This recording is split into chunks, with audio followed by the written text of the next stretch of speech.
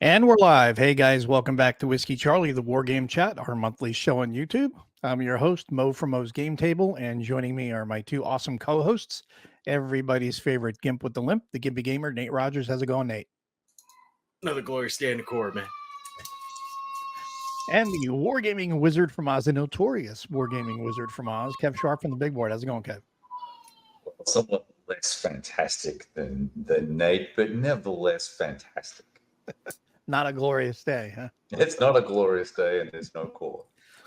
Well, we are catching up because last month we didn't have a show, as you guys know, because we just had jacked up schedules. Things were going on. Kev had to go do some anniversary thing, and then I had stuff going, and Nate had stuff going, and Nate had stuff going tonight too. That's why we started at 7:30, but a little bit later start tonight. But we're back in it, and we're going to have two shows this month. This is the first one. We'll have one at the very end of the month, the Halloween show, like we normally do. So we will have some fun, I think, tonight, as we always do, and we'll catch up, like I said, in two shows this month. And I'm still waiting to hear this, but there is strong indications that there may be some breaking news sometime during this episode.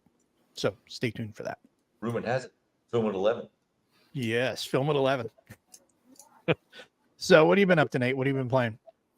Well, playing is hit or miss. Remember, I'm still catching up from the wife being down, because the reason I was slowed down was she had that reconstructive surgery on her knee, and she is just now up and moving around again. She's up to 20% of a bend. Oh wow! Did you say your wife went down? Is that what you said? Not that way, not the good way. I was just asking. No, she was now a reconstruct. What was done with her knee? She didn't get a knee replacement. No, the dog had hit it, right, and he dislocated it, and he pushed that cap all the way to the side. Oh, it was the patella. Okay. Yeah. So when they first checked it out, they expected her to heal up within a couple of weeks, normal dislocation, and it wasn't. She couldn't put any weight on it.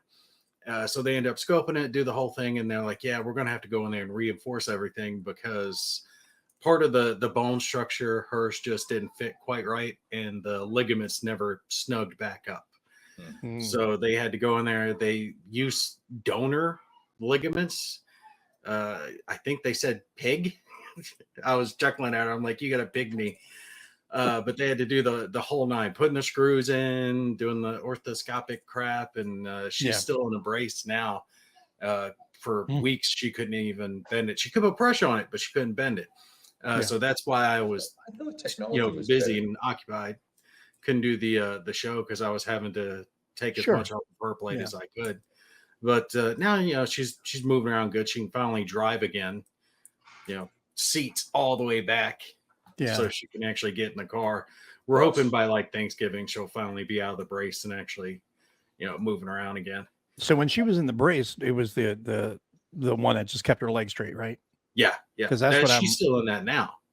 Yeah. That's what happened with my wife. She literally broke her patella. It didn't separate. It just cracked straight down the middle. And I have to set this up a little bit because it's actually, now looking back in hindsight, it's something to chuckle about. It wasn't that night, but we were going to Vegas in the morning, and she decides, I'm going to do a deep clean because my mom's coming over and she's going to babysit the dogs. Okay, let's do a deep clean at like 9-10 o'clock at night when we're leaving at 6 a.m. Yeah, I know that wifey desire. So she goes into the closet, the linen closet, and I don't know why, but somehow I guess she didn't have any other place to put it. She put baking sheets in there. So she had a baking pan. She put a baking pan in there. A bunch of other stuff she pulled out, and on hardwood floor, she steps over something, steps on the baking pan, foot goes straight out. She drops probably some residual grease on that thing, and just no. It was just that it was on the pan that was on the hardwood floor, and it slicked. It wasn't even used. The pan, it just slid across the floor with her foot on it, and she went knee first down into the ground, broke the patella. She was just, all I heard was a loud thud, and I was like, you okay? Didn't hear anything. And I was like, oh, she's hurt. I come around the corner. I'm like, you okay? She's just sitting there, and she's like, not even making a sound. And I said, here, let me get you on a bed, up on the bed, in the spare bedroom's right there. And she's like, no. I was like, okay. And a few minutes later, I'm like, I'm going to need to take you to the hospital. No, we're going to Vegas. And then when I'm like, no, we're going to the hospital right now. Took her to the hospital, did the x-ray, broke knee.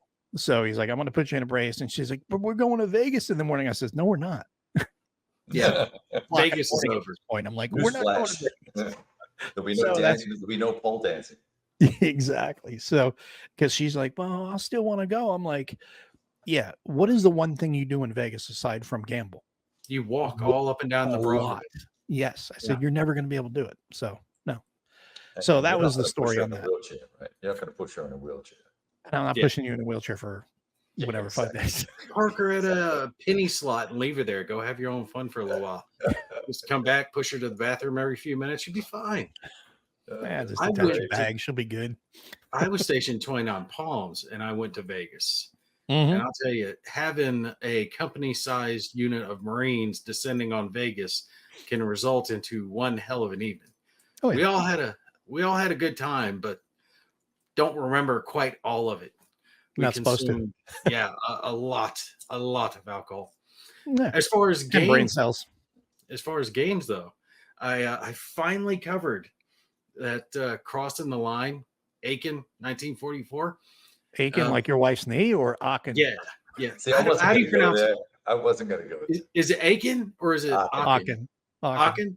Unless someone else, if someone needs to correct me on that, please do. But from best of my knowledge, it's Aachen. But I couldn't resist the Aiken thing. I had to say, oh, like your wife's knee, you know.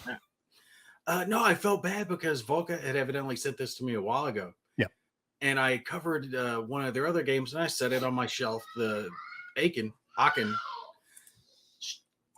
Sorry if you hear the kids in the background. They're being put to bed as we speak. Yeah, they sound like it. No, I don't want to go. Crossing our fingers. But I found it and I'm like, oh crap, they sent me this and I didn't do the review on it. So I pulled it out real quick, learned the game. It's actually a good game. I like the formation system for it. Combat system is nice and deep, something different. So it's definitely worth checking out. If you haven't, make sure you go check the review on it. Real good game. I'm curious to see your review on it because the funny thing is it's the formation system. It's the same system that Kevin and I played with across the Boog River. So it'll be interesting to see your thoughts on it now that you've played it. I'm sorry, repeat that. You were talking about the Rural River? He couldn't the Boog River. The Boog across the Boog River, that is the formation system. That's the same system from Vuko's. That was, I think, the first game in that, or first or second game in that system that they came out. I think it was the second game. Second, yeah. Aachen was first. Yeah, and then we played Aiken. No, we played that, and then now I'll be interested to see what your thoughts are on it. Now that because we played it, we shared our thoughts on it, and it'll be fun to hear what you think. What you think about it because. I think there was it's a good game. I love the combat system. I really do. But there was the whole finding out what unit goes and how many points you get and all that stuff. That felt like it was too slow. I wish it was faster. That was my one ding against it. The system, I like the system in a way. Reminds me of World of War 85 because of the exhaustion that the formations kind of build up. And that too, the chain retreats. Yeah. But I could see it becoming cumbersome because you're not just worried about the activation. Now you're worried about the reactions as well. Yeah. If you move next to the enemy and you can get bogged down really quick in a lot of different things going on. I think they've got something interesting going on with it, but it's not beer and pretzels by any means. You got to really be paying attention to. Yeah. It's just a lot of die rolling. It just kind of tedious after a while. From that perspective, I love the combat, like you guys said. Yeah, so you would like it awesome. You would like it more if there was just set numbers of activations versus having to roll off. Some other way of working out, faster way of coming up with get that. Rid of the whole Euro cube board bullshit and just give me either a deck of cards or a bucket of chits or something, and then let me work it out from there. But I get what they're trying to do. It's all good.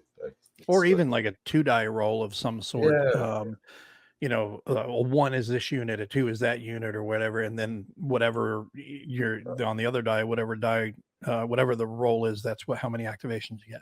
Maybe look it up on 2d10 a or something table, like that. right? Look it up on one table instead of having this Yeah, it'd be a lot quicker.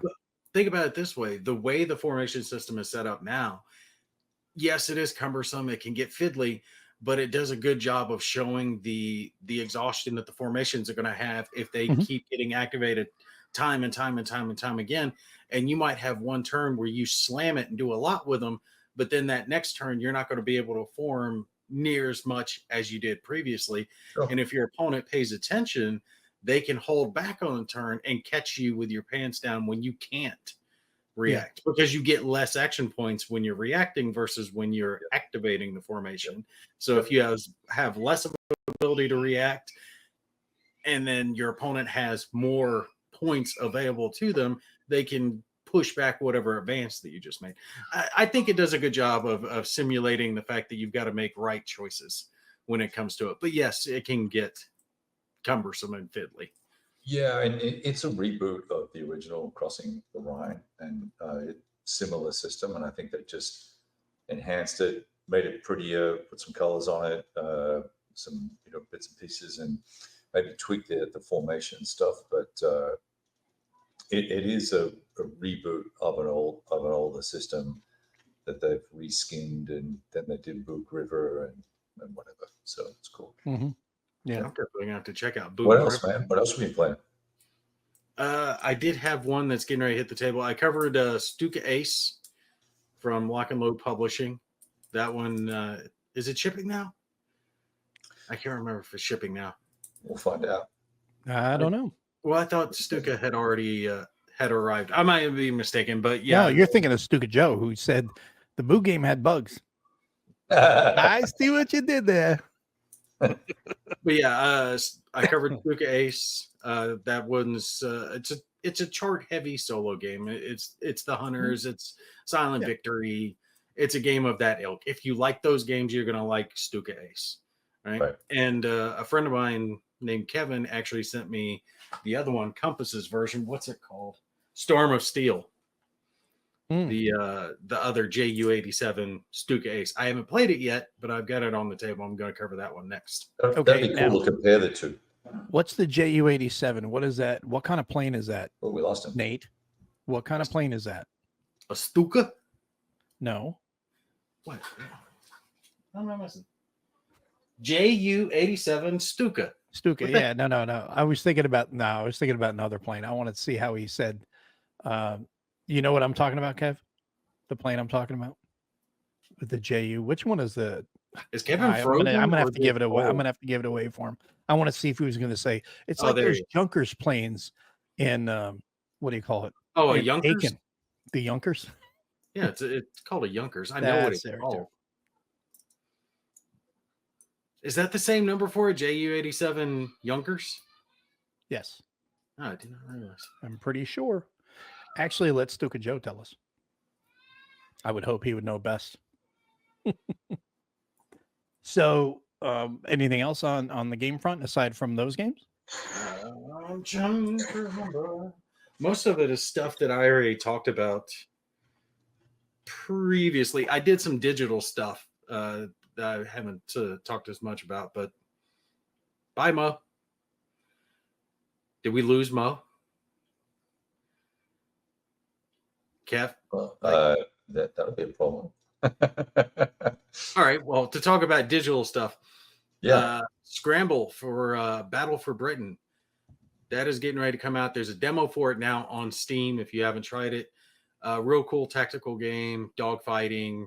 It's got British aircraft versus German aircraft. It's by Slithering Games. I've had a blast with that game. You control your plane in like 10-second increments. So you'll choose a maneuver, bank, dive, turn, whatever, and you're trying to get your targeting reticle on the opponent so you can choose to fire. But you control it in those little small spurts. So it's tactical rather than like an arcade game. Demo available. Go check it out. A lot of fun. And the full release is at the end of this month. Oh, and Headquarters, World War II. If you guys haven't tried that one, I think there's a demo available for that as well. Real cool tactical game. I mean, hex encounter, it's squares, but hex encounter game. Destructible terrain, all the units, tanks, infantry, the whole 9 fun missions. They just released the Market Garden DLC for that one as well. Nice. Cool. So that's Cool. my DLC fun, or my digital fun rather. Nice. Kev? So how far are we going back? Like August? Are we talking about August or just Yeah, I think we September? have to catch back up over a month. Yeah. Okay, So we'll be here a while. I'm just going to go on mute. Yeah. Well, let's see. So I did play one short scenario of The Last Gamble, the new, used to be called Herr Hitler's Last Gamble. I'm playing, so that was interesting, and I'm actually setting up another scenario for that.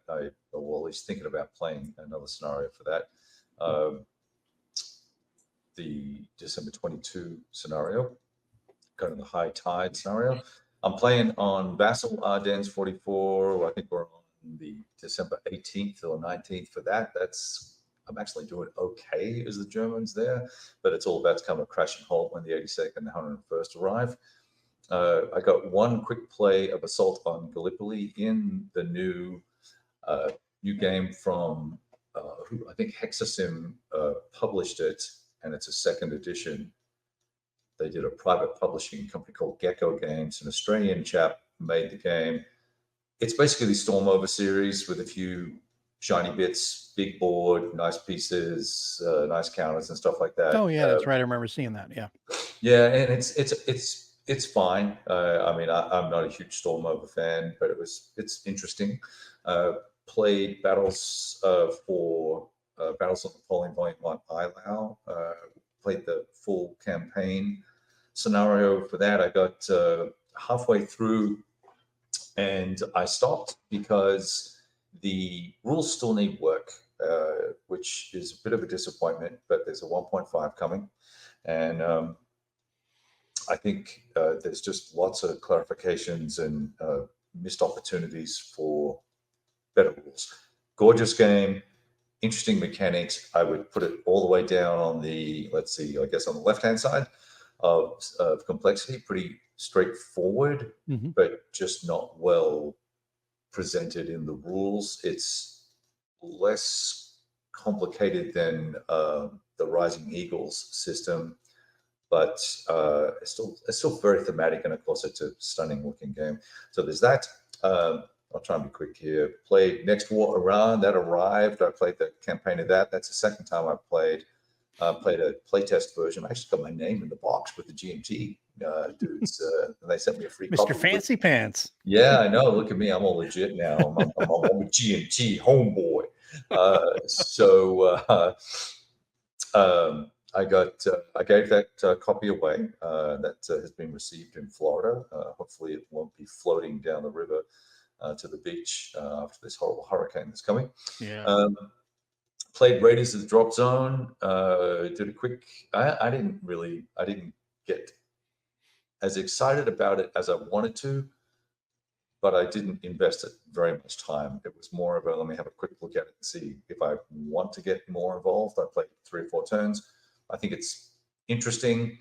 I'm not sure that there's a lot of stuff in the box of all these different unit types, and they don't mean anything. It's all just whatever your combat factor is, that's what you got. So you got these mechs and tanks and flamethrowers and this, that, and the other, and special recon sniper guys and all this crazy, bugs, zillions of them type of thing. But none of the weapons give a shit. That doesn't matter. So, Mr. Rico. Zillions of them. Played a bunch of Rogue SAS. Nate, thank you, man. I was very suspicious about that game, but curious. And Suspicious about what? It's well, awesome.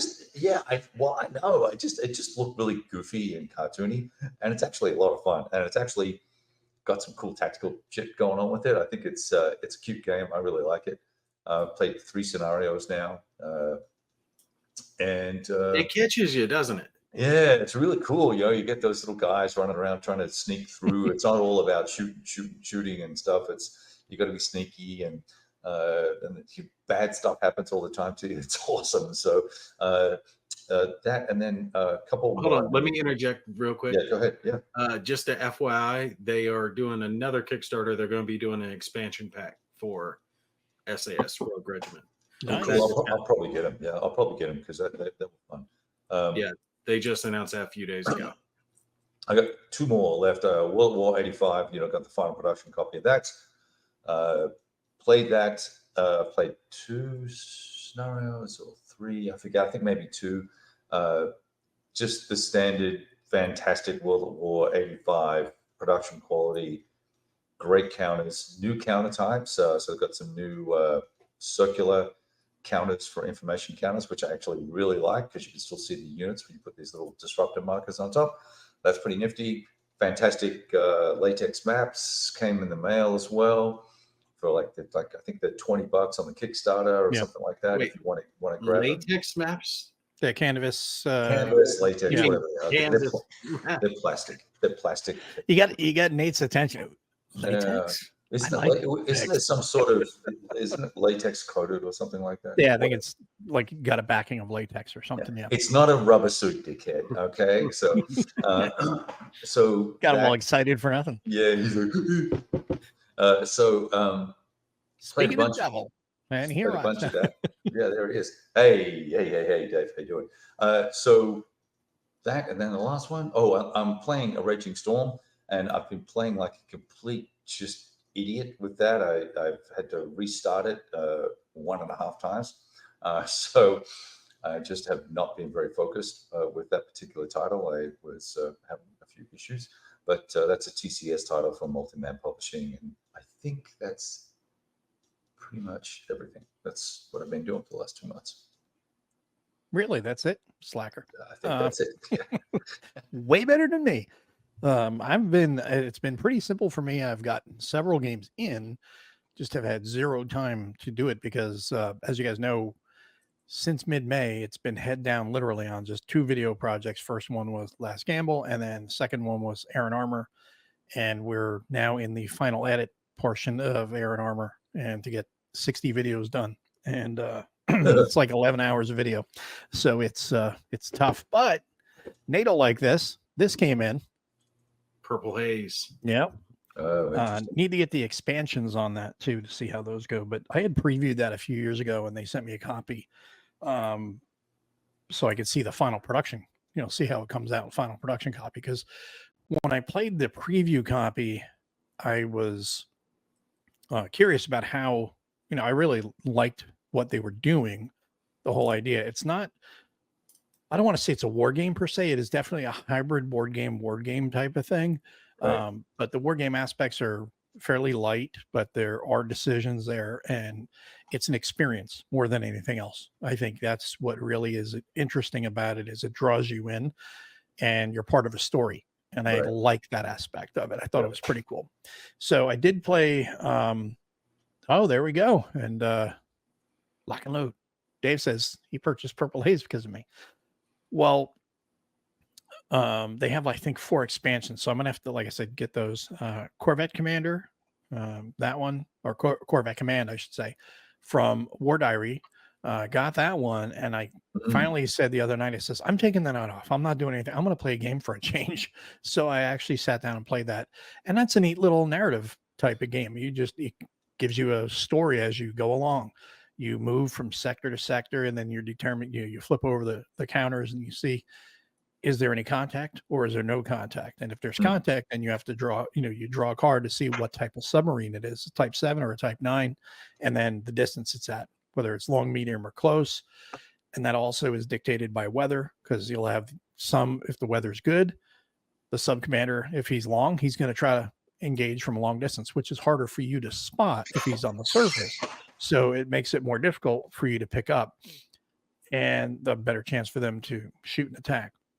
Well, if the weather changes, if it's poor or foggy snow, especially foggy snow, I believe, you're going to immediately they're just going to come right into close range, because you're not going to be able to see them. They're just going to come right in. They're going to be able to take shots at convoy, and you're going to have to get into a knife fight, with them pretty quick, which I actually like better, because you get an additional +1 benefit when they're in close range like that with your ASDIC to be able to try to pick them up. And then you start off in 41, and then as you go along, month after month, as you go along into 42, 43, then you get the Huff Duff and things like that, which will increase your capabilities to be able to pick up submarines. And as your sub gains XP, gains experience, then you can, kind of buff your guys and improve their capabilities. So that way your deck guns can hit them easier. You have a better chance with depth charges, things like that. And the thing I thought with depth charges was pretty cool is you basically fire a 4 dice spread, and you have to roll a D10, and then you have to match the dice to see if you hit with the D10, which I think is kind of interesting. So it was it was a fun game. I really enjoyed it. And you have your little log. You can keep track of what's going on, which is another part that is fun for that type of game because it's so smooth when you're playing it that you'll sit down and you'll start creating a story. You're not just going, okay, one sub, they attacked me. They took out 1,000 tons or 4,000 tons or whatever.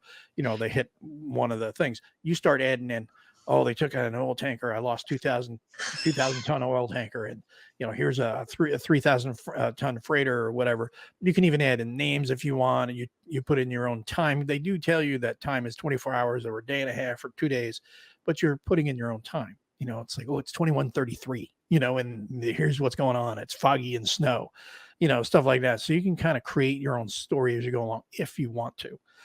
Those types of games, because they're so kind of chill and relaxing, I'll sit down and I'll write out a little, thing of what I'm doing. I think that's what it does generate for a lot of people. It makes them feel like, you're telling a story.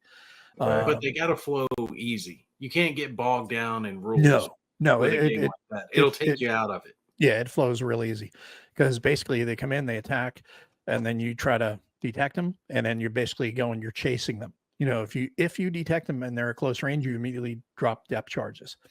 They will try to evade. If they evade and you detect them at, say, medium or long range, well, now you bring them into medium range if they're at long range. And then you try to detect them again, and you get another buff. You get another +3 for your search. So your search capability increases because you already detected them once. Now you're tracking them. And at medium range, you bring them into close, then you can drop depth charges on them again, which is pretty cool, because you're actually, there's a little cat and mouse there. It's very simple. It's very easy to understand, but it does give you that, oh man, that son of a bitch slipped away, but it'll come back up to 3 times. A type 9 will attack 4. And so 3 times he'll come back and try to attack from long range. So you got to repeat the process 3 times. And it moves so quick that you can go through an engagement pretty fast, but it depends. It takes about 10 days, 2 weeks to get the convoy across, depending if you're slow or fast or whatever. A week to 2 weeks, and you get across. You get over to whichever side you go, because in the beginning you can start either in Liverpool or in Canada, and then after that you start from Liverpool to Canada, and I believe, or the other way around. I forget off the top of my head, but then you will always go the one way, and you have to follow a path because it tells you which path to follow. And then you have to enter a certain way or exit a certain way, which is pretty neat. And it changes the variability of it up. And then of course it's all counters that you're going to kind of shake up and then put them down. So you're never going to have the same exact experience twice. Yeah. You're going to need that replayability for a game like that. Yeah. Yeah. Actually, that reminds me of one I forgot to mention from Compass Games, the Golden Age of Piracy. They just finished that Kickstarter out, but I covered that. I also did a preview on that one, which, like I say, is pretty good. I had fun with that one. Real chart heavy though. Yeah. Well, here's a good question. I'll let Kev go first because his answer will probably be about 30 seconds. Yeah, mine's pretty quick. I mean, I record a little bit of video for every game I play. Every game I play will get some. If it's not just a review, it'll be I don't do reviews per se, but it'll be commentary on my gameplay and what I liked about it, didn't like about it, and then everything else is turn by turn summaries and stuff like that. I don't do any, because I don't have the patience to do like what Mo does with his tutorials and stuff like that. So that's my 30-second take. That was easy, quick and dirty. 8. What percentage is video production? Yeah, how much time do you spend on video versus gameplay? That takes more time than game. Filming the game is the easy part. Mhm. The hard part is all the production because I do all my own sound. I do my own video editing. Yeah. I use Premiere Pro from Adobe, Ooh.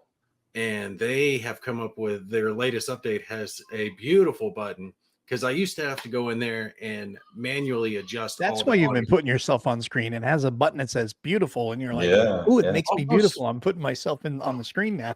you know how some of them, depending on where you're filming, if there's any background noise or Oh, yeah. echo or hum, you got to go in and post and you got to pull all that out, reduce any of that.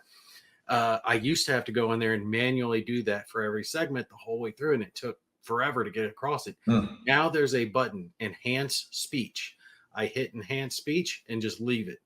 A few minutes later, it's tweaked all the voice and it's made it perfect. I don't have to do anything else on top. Nice. It does all the reduced noise, all the de-humming, de-reverb, Yep. all the other bull crap. The only thing that I try to do on top of that is something that's called dynamics. And it's where you'll go in there and you can audio or auto gate a certain sound level. And because of where my mics are located versus where I'm located, occasionally you hear me breathing and it gets kind of breathy and you want to remove stuff like that. Creepy. It's kind of sexy in its own dirty way. Yeah, I'm See, not I trying say to creepy, and Kev says sexy. I'm like, what's that okay. shit that they do online? Something. Yeah, like where girls talking to the mic and shit.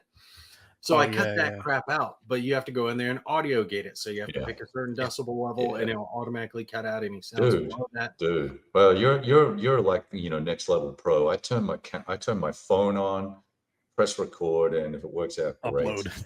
and upload Well, it's not it. just that. I have to match all the video, so I have cues that I give myself. I'll say a number or something that way I can match up because I've got 2 video streams, one that's filming it, one that's filming me. And I have to line those up. Otherwise, it looks like a Japanese dub, mouth movie. So I have to line up the audio that I'm speaking to. I wanted to do that.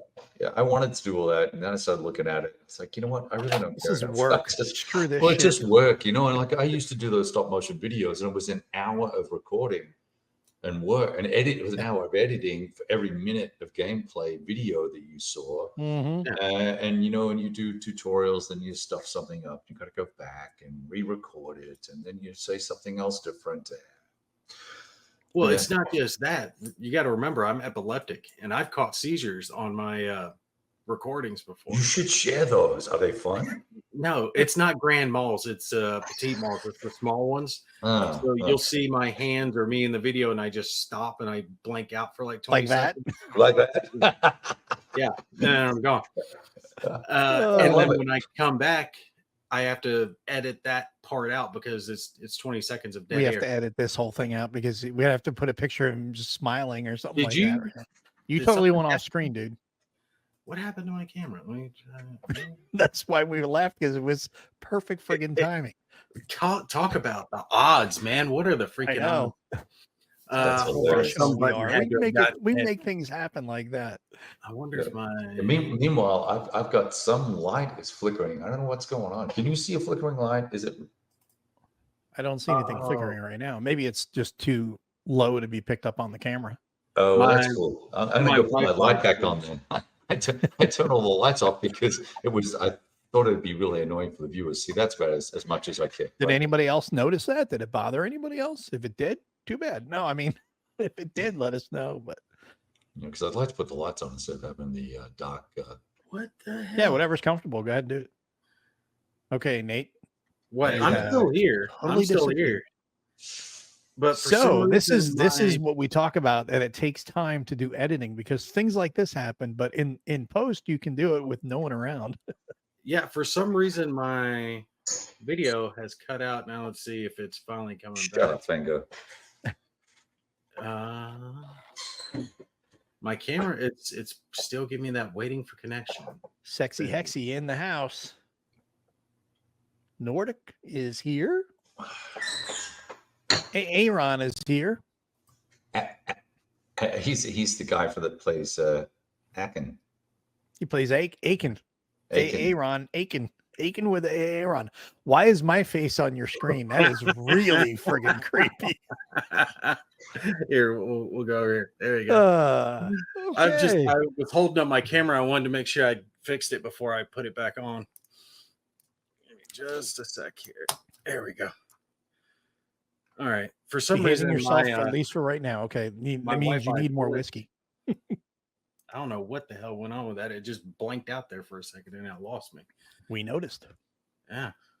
I don't know, So you were talking about your whole production I mean, like audio is definitely a pain because you have to get the auto levels. You know, you can do auto levels, but you got to level them all out, and then you got to play around with removing your background noise, your humming, your reverb, all that stuff needs to be. And then if you have, like, part of your workflow is to have a set way that you want your audio to sound based on the microphone you're using, then you'll have that as a preset if you use the same conditions all the time. If anything changes, then you're going to have to tweak it from there. But yeah, having that easy button like that definitely helps. Well, I'll tell you, one of the easy button, just it's a red one right here.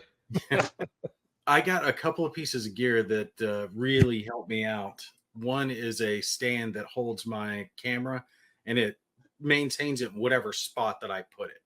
So if I've got it above, I can bring it in close, whatever. It's all spring loaded, so it just holds it there. Similar to Stuka's setup, except I can move mine in a 3D space. And that plus the green screen. You know those what projector things that the teachers used to pull down? What do you call that thing? Projector screen. Projector screen. Something like that. You know, they go up to the front of the classroom and they pull it down. Projector screen. I've got one of those, except instead of it being white, it's green. So I can. That's called a green. Yeah, it's called a green screen. Yeah. Hey, welcome to 2024. That's what I used to blank out. He's like the little brother we always pick on. Jesus. Keep it up and I'll put you on camera again. That is creepy. That is creepy. You'll spook everybody out of the room. Look, to answer your question, I would say for every minute that you see me recording, there's 5 behind it that are editing. Yeah. Whether it's sound or video. Yeah. So that's the long part. Now, so let me ask this. So just, I know, and I didn't mean to interrupt. Go ahead, Mo. Go ahead. No. I'm saying, yeah, that's true. No, go ahead. I was just curious because I know you put a lot of time and effort in your videos. Do you feel like it's worth it for the monetization and all the rest of it, or is it just a personal satisfaction thing? Where does the line get drawn on? I'm not doing this anymore. The creepy. Well, while we're waiting for Nate to get all the creepy close-ups done, I would say 100% it has zero to do with monetization because there's, I don't know, tens of cents to be made every month. There's really no money in YouTube. There really is not. I mean, if you want to go ahead and push out a lot of videos, a lot of content every day, just to have content flowing, then you get in the algorithm, they get more attention, you can boost your thing. But even then, it's like, I got a day job. How much effort do I want to put into this? And what's the return? Am I going to make, am I going to make $100 a month, 150 for all that extra effort? That's not worth it. To me, it's not worth it. There's a different way to look at this. And the way that I've had my mindset from the start of it is I consider the fact that it makes my hobby cost neutral. Right. Well, yeah. And anything extra on top of that, that's gravy. If I didn't do this, if I didn't put in all this work doing the videos and the reviews and everything, I couldn't afford to board game, right? I get by on, military retirement. It's not a lot. I couldn't afford all the games. So being able to offset that cost by putting in the work, right? I mean, that has a monetary value to me. That allows me to. That makes sense. Yeah. No, that's cool. I was just curious about it because you do a lot of work, and Mo does a lot of work. Mo does all the tutorials and stuff, and I know you've got your thing with Compass and everything about you doing that for them. But I think I'm just curious about how much. Like, I used to put a lot of effort into the videos with titles and pre-rolls and all this sort of stuff, and I would get 500 views or 1,000 views or 4 views or whatever it was. And like doing what I do now, I get just as many. So I do it because I don't do any of the editing because I want to play the games, and I just want to play the games, and I'm happy to share what I do and how I do it and my experiences, and that's what I like. I love sharing my experiences. It's fun for me to do that. It's a little bit of just, you know, being the sad, lonely guy in the war game room. I can at least chat to you guys and say, "Oh, I had a terrible time with this game and hurt my feelings," you know. So I could do that, but it's just I don't want to spend all that time going that deep into the production Yeah. side of it. Yeah. So that's cool. Part of it might be a Marine thing. I mean, one of the things they hammer in Attention is to detail. there you go. Beat me to it. Attention to details. The little minute things just Yes. fuck me. Right? I will watch some of my videos, especially like the learner plays, and I'm like, son of a bitch. And I'm like, that's not right. It's off by like a millimeter or whatever. It's off by like the Right, tiniest bit. It's not perfectly centered. And I had to let that Mm. go because I mean, I still do that to a vast degree, but I will look at it and go, okay, I'm sitting here and I'm moving this thing, moving this thing, moving this thing, and it keeps because sometimes it'll just reset itself and Right. auto center and it pisses me off and I'm like, damn it, you know, screw it. I'm tired. I've been working on this thing for 8 hours already. I'm done. You know, I'm for tonight. I'm gonna come back tomorrow. And it's just it is very time consuming, but it comes to it's really personal more than anything else. I want to Yes. see the like with the learn to play is the reason the way I'm doing them is the way I want to see them. I want Right, to see a learn right. to play done that way. Like Right. as you're explaining the rule, you see it's rule 16.7, you know, so that way it sticks in your head and you know, oh, this, you know, Zox or whatever is rule 1607. So it triggers in your head when you're playing the game. And then you show different things on screen as it's being explained to support that, to try to keep everybody engaged and also to, you know, emphasize what unit is being moved and stuff like that. That's why you outline the hex and so on and so forth. But it's very time consuming. It can be very frustrating and maddening at times, but it's definitely it's enjoyable in the fact that I feel that I'm giving a good product to the community at that point. So Yes. it's satisfying to me. And like Nordic was saying, the $100 could get you a couple games. I'd like to make $100 in a month on YouTube. I don't, and I don't care. Any money on YouTube? No, like maybe $20-$30 a month. Oh. That's it. I don't chase after views. I don't do any of that stuff. That's literally all I You get. guys are lightweights. I make $4 a month on my Substack. I got that going for me. But the way I don't do it I for have that. 6 subscribers. The money I do make literally pays for just like StreamYard and Exactly. you know, like editing software. That's literally it. And I don't care. I'm not here for that. And this isn't an ego thing. This isn't I want to be somebody in my mind or whatever. No, I'm just trying to do something to help the community and I feel better that the product comes out looking the way it does. First convention I ever went to with you. I remember walking around with you. Everybody's, hey Mo, good to see you, Mo. Hey, what's going on, Mo? That's because he's a nice guy. He's not an asshole like you. That's why. Hey, come on, let me introduce. I know this guy, and I know this. Well, the key is you got to bring a bottle of whiskey everywhere you go, and you share it with everybody, and everybody likes you. That's the key. Yeah. No, but I just enjoy it. And I know, Nate, you know, you've done a lot of tutorial videos yourself, and you know how time consuming, especially when you're doing it with the game on the table, because then you have to make sure that everything's set right, the lighting's right. And that's why doing a game, people like, oh, why don't you do a learn to plays with the live game? It's like, no, that's way too much of a headache. Oh, I remember when I was doing those boot camp series, the biggest problem was, and part of the reason I started running multiple tables was once I started it, I couldn't stop it. I had to continue on because I had the setup for it, and I needed it to stay consistent between each one of the boot camps.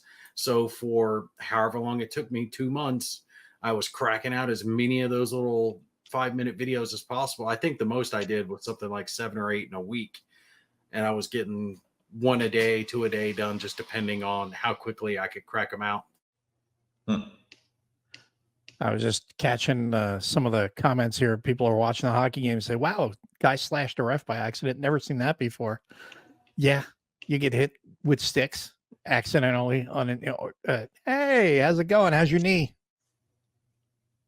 No, it's okay. It's not good. Not good. I mean, it's Well, good, but it's not good. You know, yeah, it's that part of the where it has to hurt to get better. So that's where we're at. yeah. It works Well, for make me. sure She you can make get him away. do all the work. Yeah, does. right. Have you met him? Have I? You tell me I don't help? Help, I- yes. Do all the work, no. No, I'm not doing all the work. All right, bye. That's why we have women, right? Yeah. Oh, ho, ho, ho. Nate is What are you in doing away so from the much trouble stove? now.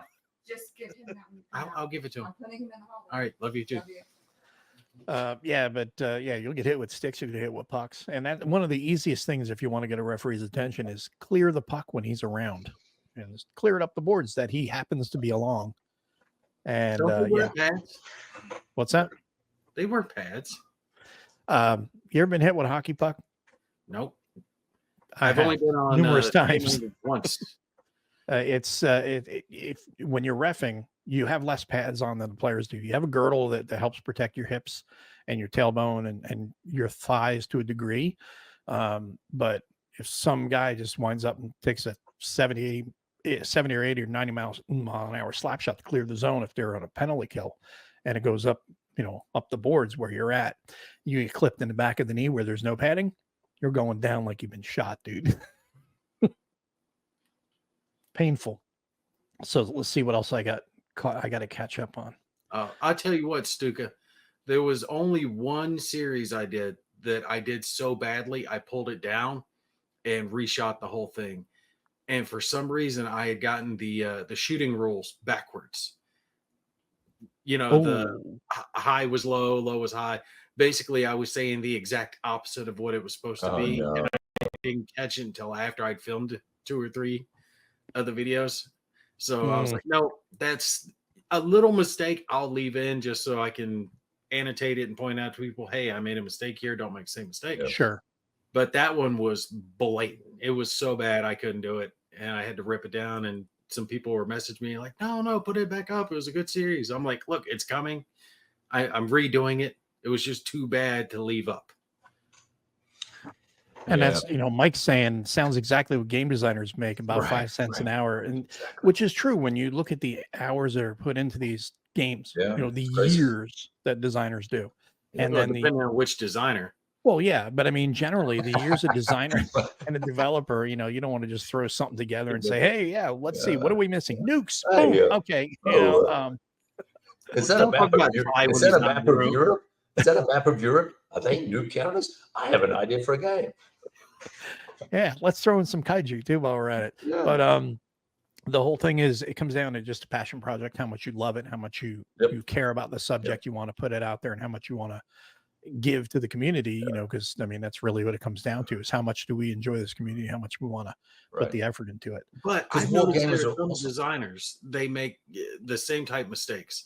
They will write the rules or think of the game from their own personal perspective, and they don't think of it from outside of it. It's like, okay, you understand it because you designed it, you built it, but others aren't understanding it. They don't just naturally understand the point you're trying to get across. That's why you need, what's it called? A developer, yeah.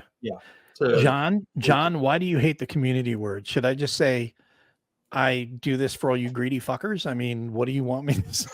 You group of guys, so we band of brothers. Jason's got it right. Canadian iced tea. but no, I mean, the community is just the phrase everybody uses when we're saying war gamers. Group of people. We use guys the retirement home. Use guys, as we say in Jersey. Whoa! Yeah, shots fired.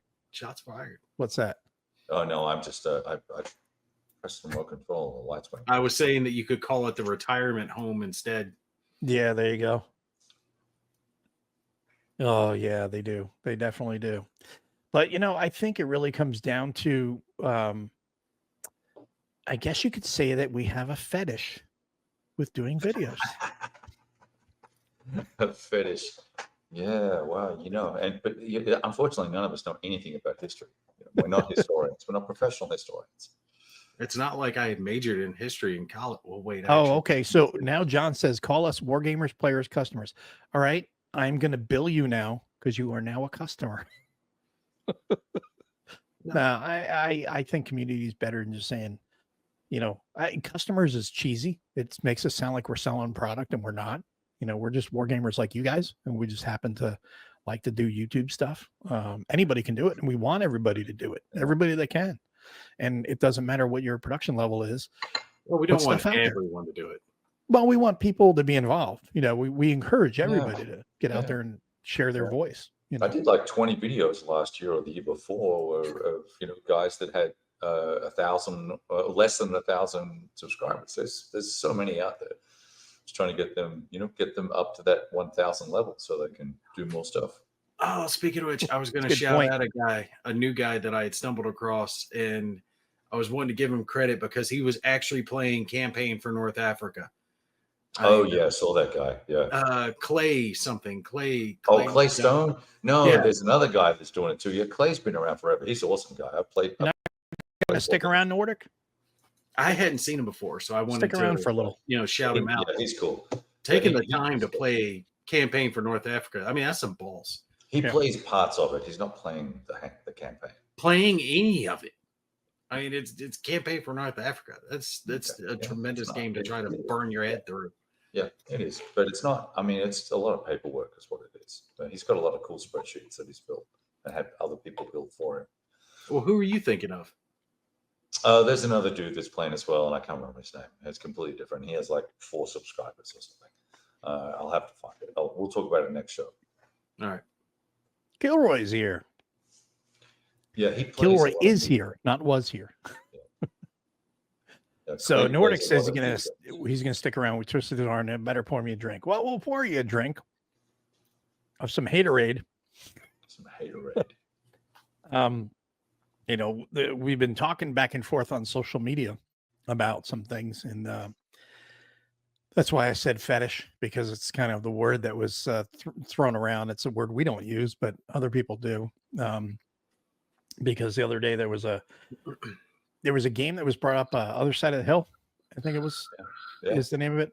Yeah, it's a Euro game by NAC War Games, and they were giving out an Iron Cross as a giveaway at Eschenspiel, or Essenspiel, I guess it's the other way around with the sh sound. But they had given it away because I think you had said that was also a Kickstarter giveaway or something like that, or a stretch goal. I think it was a stretch goal. Yeah. Okay. So they were doing that because the game is centers around playing as the German leadership in World War II. It's a co-opetition game where you're playing cooperatively, but at the same time you're competing against other groups, because it's all like different groups of leaders in the factions. in the German high command, and they all have different factions. They have different goals and stuff like that. Which it sounds like an interesting subject. It sounds like something that is interesting to explore. And I know, the whole thing about the Iron Cross though made me laugh because people were like flipping out about it. I looked at it and I'm like, that's a very plain Iron Cross. There's no 1939. There's no swastika on it. It's just a standard Iron Cross, which has been around for a couple hundred years. Yep. And I made the comment, and then of course you get jumped for it because I'm not being sensitive or whatever. Because I stated fact that it's been around since the Prussian era. It really has. You're whitewashing history. Yeah. And I said, and by the way, it was actually brought back into existence in 2008. Now the style is different. It's now a gold cross instead of the standard black and silver Iron Cross, which always was. And there's no other, and on that cross they gave with the game, there was no identification with the Nazis, so it wasn't idolizing or making a big deal out of Nazis or whatever. So of course, some people were like, this is ridiculous, and of course it went from there to, you guys you're apologists for the Nazis, these people they're fetishizing Nazism. It's like, no, all I said was, it was literally the cross that has been given out for over 200 years by the German army, German military, Prussians and the Germans. Right. And then of course they tried spinning off into different things, and I was just like, yeah, whatever. And then people were like, why are you arguing this? I'm like, I'm not arguing, I'm just discussing. So someone said, well, then why are you here? I says, well, I'm out. I'll exit the chat, and I left. It's just like, It's not worth the time because Yeah. it's like water beating on a rock. You just Yeah, can't. you're not going to Yeah. prove anything to them or change their opinion. They've got this preconceived notion of their, you know, their little sanitized. They don't have a little sanitized view of the world. It's just Well, how strong can your position be if you attack everyone who disagrees with you? If you can't withstand the smallest amount of criticism, then your position can't be that strong. Not to mention the fact I was thinking about this stuff, and I think people have a human nature. People have a fascination with evil and the bad things of this world. Think about it, that show, The Man in the High Castle, right? You guys Yeah. ever see it? Mhm. Right. Good show. Germany and Japan win World War II and they've taken over the world. They own America now. That show's a hit. People love that show. Now, yes, there's some sci-fi BS to it, but it's basically What do you mean some sci-fi? The whole thing was sci-fi. I don't want to spoil it for those who haven't Yeah. seen it. Yeah. But yes, Spoiler alert. one of the most popular characters is Smith, right? The Yeah. leader of the German Reich in the US and what's going on with his family. People are watching this show because they're interested in it. They're not watching it because they're apologists or some shit. You know, back down your little high horse about getting offended by any little thing that you see. Right? It's just history. There's just stuff that happens. They act like it's radioactive and contaminated, and if you see it or touch it or get anywhere near it, then you're going to be affected by it. Yeah. Well, I guess there's a couple of things, right? There's the sort of macro level where, just as Nordic said here, that with Facebook sanitizing, taking his comment down, taking my photograph down of the history of the Iron Cross, which just went from all the way back in Prussian days to current times, took that down. That was hate speech, which I received a ban for in my new group. So, which, by the way, it's your own group. Yeah, it was my own group and I got banned in, and I moved that big board gaming on Facebook to a community group so people can chime in and post their own stuff. Otherwise, it's only me posting. Anyway, so I got banned on my own group. Nordic's post got taken down. And there's that macro level. And then at the wargamer level, we've got people who are insistent that we change wargaming to be conflict simulations, that we include things that have nothing to do with kinetic warfare or combat or any of that. There are not war games. They're Euro games that deal with the suffrage movement or two people arguing over how to make bread. Well, I don't. That's an exaggeration, but checkers. Yeah, whatever it is, they're trying to what I think for the benefit of the hobby, make the tent bigger. Okay, that's fine, but we play war games. We play historical war games and sci-fi. Make some more war games and have people play war games. We have more war games that we can handle, and we have all sorts of intro games. So there's that level of it. And I think those folks are the ones that piss me off the most because they're pushing an agenda, and they use this Iron Cross and Herman Luttman's game artwork. Well, yeah. Right. I was going to say there's two things that trigger them always, and pretty much only those two things. Right. Well, and then there was the whole what was that GMT game that got shit canned for Africa. Yeah, right. Scramble for Africa. Probably not the most sensitive game in the world, but nevertheless, it's a game, and someone wanted to design it, and if a publisher wants to take it on, who are you? Harold Buchanan and Freddie, and I don't know if we're naming names, and I don't care anyway. You can come and blackball me for all you want. Jan. All these guys, and some of the dudes that are complaining about it have Stalin as their icon, as their little logo face. Like they're clearly coming from a leftist viewpoint. Then Volky Runke has got his little article that at least he took the time to look at the other side of the hill and give an objective viewpoint about it. Mm-hmm. But even his and he was very positive about the game. I thought it was worthwhile that we explore as war gamers, not as Harold said here, with very few exceptions. We are not professional historians, and our work is a hobby level endeavor. Let's not pretend otherwise. Go fuck yourself. But that's an appeal to authority. I mean, who's he? Who's he think he is? I majored in history in college. Does that mean I count as a professional historian? Have you made $1 as a historian? Yeah. Did you where stay do at a you draw Holiday the Inn line? Express last? Where do you draw it? Right? Who Right. is he to determine who's a professional? Well, that's the Yeah. thing that gets me with all this is what Kev's talking about is there is a small minority of people who are trying to constantly be vocal. They have faux rage, as they call it, fake outrage at every little Right. thing, Every little thing. Right. and then they want to change us because we're bad. Meanwhile, these people are all very new. Most of them are Euro gamers that really don't play war games that much. Because one of the things that I remember distinctly several years ago, all these people were complaining about was the difficulty of getting into war games because the rule books are too long. And even Harold was saying we need to simplify the war games by making them shorter and easier to get into. Now, there's an argument for that. There is, and there are games that do that now and have Right. always done that. And that's a separate thing altogether. But it is what it is. Either you're going to like it or you don't. It's just like an 18xx game is what it is. Are you going to sit down with other 18xx players and sit there for 6, 8, 9, 10, 10 or 10, 11, 12 hours, which is what it takes to play those games? Or are you not? You know, it's just the game. You either like it or you don't. But don't come in and try to dictate to everybody that this is the way I want it to be. Well, if you want to affect change, then come in and design a simpler war game. You know, like, make it easier for people, you know, to approach instead of trying to be an activist. And like you said, they're always triggered by anything Nazi Yeah. and anything Confederacy. And Yeah. meanwhile, they all have And you don't Bolshevik like bullshit it. all over their stuff. Yeah, they're all got this Bolshevik nonsense on it. So, and if you don't like it, just don't play it. And if you don't like the hobby the way it is, or the hobby group, Exactly.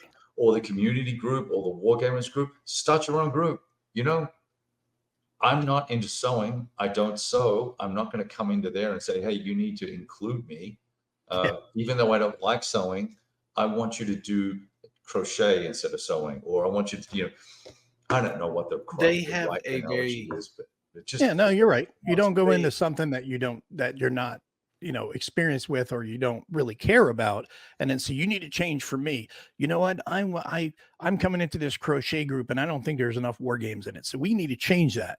Yeah, I want everyone to have Get the everyone fuck to have out of here.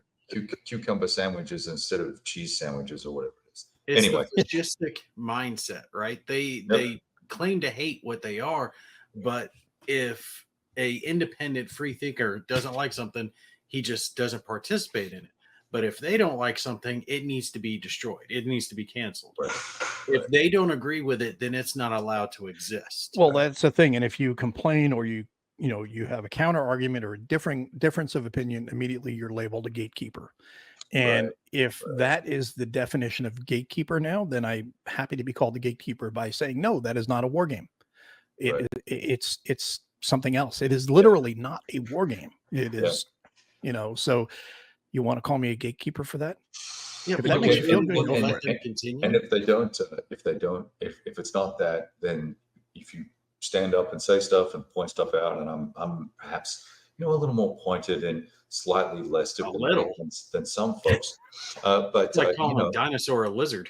yeah, but you know, They are. They just then they play the victim card. Oh, you're so Yes. mean. Why are you attacking me? I'm only really just calling out the fact that you're a fucking idiot. I'm sorry. Well, that's the thing. There's always the, like I said, I have the term that I use with people like that, not just in wargaming or whatever, just in life. They're the people that are just unhappy. They constantly want to complain and say, you need to change to my way. Right. And then when you stand up, say something back to them, hurt their feelings, which is not hard to do because somehow imaginary wise in their brain, you hurt their feelings. That way they can go back into their standard mode, which is PVC, perpetual victim complex. They always are the victim. Right. And it's no, you're not. You can have differences of opinion. Yep. You know, I mean, there was several years ago at STHiscon online, there were people talking in there in the chat, and somebody had said something. Well, there were a couple of things that we were talking about, and one of them was, how can a woman go to a wargaming convention? You know, and they're like, well, we would need to do this and that. And it's like, how about you just walk through the door? Right. I mean, there were audible gasps in the chat. That's said from a position of privilege. How dare you? And I'm like, she can just walk in the door. No one's going to kick her out. No one's going to be mean to her. I've never seen that. And Yeah. people said to me, well, I've seen that, you know, and one guy specifically said, I've seen it right in front of me. And I said to him, No, you haven't. what did you Well, see? what did you do? Well, yeah. I said, what did you see? Well, this person was picking on this person and, you know, being very mean and all because she's a female. I said, what did you do? I said, what did you do? What could I do? I said, you did nothing. That's on you. Yeah. If I see something like that happen in front of me, I will call it out. Yeah. I've never seen that happen in front of me. No, So did you that's see that why picture? these people saying stuff now, I want to see examples. Show examples or it didn't happen. A couple years back, there was a picture, and it was a couple of real pretty ladies standing next to a war game, and they were like, you know, hey, look, you know, something like that. I mean, a couple real nice lookers. But I remember the same group that we're talking about now was all of they're exploiting women. They're taking advantage of them. It's like you complain there are not enough women, but then when there are women standing right next to a war game table, and they weren't just Vanna White in the thing. I think they were the wives of some of the war gamers. They were the wives, yeah. I've met all those guys, and I've met all those women. They're all and they were giving them lovely hell. ladies. Yeah, yeah, Like when women show up, you complain about it. yeah. Yeah. You're creating the problem that you're actually complaining about. All I've ever seen when women show up at a war game convention, whether it is with their husband, boyfriend, or whatever, either to you know, just be with them and hang out and then leave, you know, or if they want to play. I've never seen anything, honestly, in all the conventions, all the game days I've been to, never seen anything but respect and decency, and guys will bend over backwards to help. So the mythology that's being pushed around about people being mean and everything else, it's bullshit. And I want to see direct examples. Otherwise, quit the bullshit because it's tiresome. And I'm calling it, saying it's bullshit. You're lying, and that's that. You know. Well, and you know, one thing that's interesting to me is the first few times I brought this up and pushed back against it, I got a lot of shit from people, which, you know, whatever. And fast forward to now, this has been going on for 4 or 5 years with the knuckleheads, and so but lately, I mean, people are done with it. I think people have realized that the hobby, there are let's call them agitators or activists. Let's call them agitators because activists They're agitators. Too grand. The agitators in the hobby, and people are just done with it. They don't want to put up with the BS. They just want to play their games. They don't want to have to decide whether it's ethical to play the Germans. They don't want to decide whether it's ethical to play the Russians. They just want to play, and they want to explore history, have some fun, drink some beers with their buddies, or Diet Coke, whatever you want, right? Yeah. Or whiskey and Diet Coke, whatever. I mean, no, 100%. That's the thing. You know, it's the thing that gets me is, you know, it's always the same group is always seeing these same things and always pointing out that, oh, this is the hobby. This is the problem with the hobby. We can't get more people in. Well, you know what? Newsflash. The wargaming hobby is doing very well. Just fine without you. It is thriving. It is just still fine without you. It's still graying. Yeah. It grays because we all get older. And the reason why it's graying is because we're still playing these games into our 50s, 60s, 70s. Yeah. Well, Yeah, we found out that He's got a good point. That one reviewer that was making all the comments about, you know, the stuff that they complain about, turns out they weren't even reviewing the games. They were just stealing the reviews from others who had done the reviews. Well, yeah, that was Katie who was plagiarizing. I didn't know all if of we her were naming reviews. names or not. Yeah. No, you can name a name. I mean, she was the one who was, you know, there was also with her, and this is the whole thing. The problem is this all is a bleed over from the hobby gaming side, which is incredibly toxic. It was fine until about 7-8 years ago, and then they just all lost their minds, and not all of them, but majority of people lost their minds and just had meltdowns and started just creating a very toxic space. And now you're seeing it bleed over from the hobby gaming, and these people are trying to get influence in the war game sphere. And in some ways they're able to do that. But, you know, the thing is for war gamers, we're not in the same realm as them. We're in our own world. War gamers are here. They're orbiting it. They're trying to act like they're a part of it, and they're trying to influence it. And they're not part of the group. You know, that's just the thing, because they don't they don't really play war games, but they'll criticize. You can't play the Germans, you can't play the Confederates, yada yada yada, whatever. You know, can't play the Confederates. They're slavers. Meanwhile, the next day they'll be like, "Hey, we're going to play as the Romans." Tell me you don't know anything about history without telling me you don't know anything about history. Exactly. The Romans had slaves too. A lot of them. Same with the Greeks, same with the Persians. I mean, Yeah. it was just Same with the Japanese. Yeah. Right. They're perfectly fine with the red circle, even though the Japanese had, what was it called? Project 731 in World War II. They committed atrocities that would put the Germans to shame. Oh yeah. Right? It's nobody knows about this stuff. I mean, they were freezing their arms and then pouring boiling water over them, and they were falling off and shit like that. Brutalizing pregnant women, the live whole vivisections. All right, that's enough. Yeah, but they were horrible too. But they don't say a word about a Japanese flag being in a game. But heaven forbid you got a German flag or a Confederate flag. Well, speaking of which, on a more positive and uplifting note, do we have any other... I'm gonna see if we can get some update on the breaking news, but let's see here if this person is on Facebook. I think this person lost sound. Yeah, the person might have lost sound, but I'm trying to see if I get hold of that person on Facebook and see if they want to join us. But we'll see if which is a hint, by the way. Did you not send the link beforehand? No, I didn't want to confuse it, but were you not trying to confuse him, or... I was trying to keep it simple as possible. I think you messed that up, bro. He lost the sound. Uh-oh. He did say he lost the sound. Here, let me see if I can. Well, he doesn't need to hear anything. He just needs to talk. I'll tell you what, That's though, true. Stuka. I got mad. The stuff they were saying about you, man, because you've always been just the nicest, welcomingest guy, easygoing. That crawl, ooh, that was up my crawl. I was pissed. Well, yeah, and it was, they kind of went after Stuka Joe too, and I was just like, give me a break. I mean, of all the guys to go after. Yeah, there are people that live in a moral high ground of their own imagination. So you don't get to act like that. This was on the NAC thing as well. Yeah, the NAC. Yeah. It was the same thing the other day. Yeah. Okay. All right. I did like his responses, though. Yeah. I think that was just driving him nuts. I think it's awesome. The Leo DiCaprio of wargaming. He only dates 20-year-olds? Hey, can you fault the guy?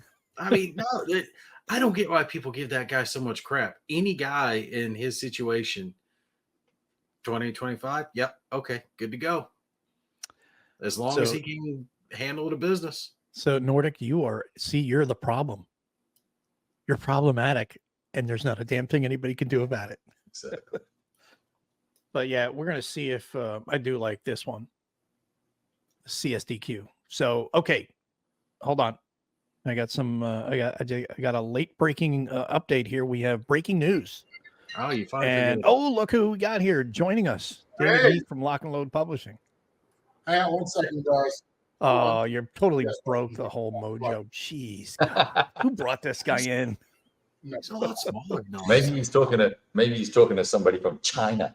Could be talking to China. Hey guys, how you doing? Hey, what's up? So you got some breaking news, I hear. Yeah.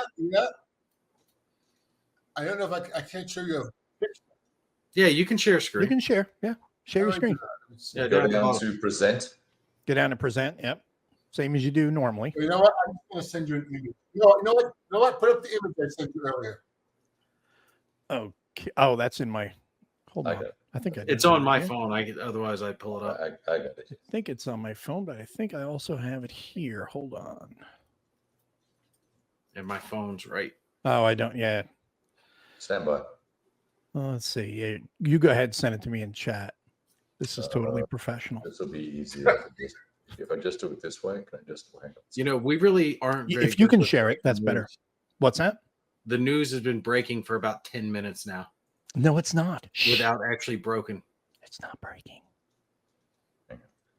It's not broken. Yes, spare rib people went after Stuka. Evil people. So there is one other question while we're waiting for this. Let's see. Here we go. Woohoo. There it is. We found it. There it is, guys. There's the breaking news. Dun, dun, dun. They should have figured that out by now. The games are on the boat. No, I think you know what would be really funny. The boat gets torpedoed. No. It would be really funny. Don't you jinx.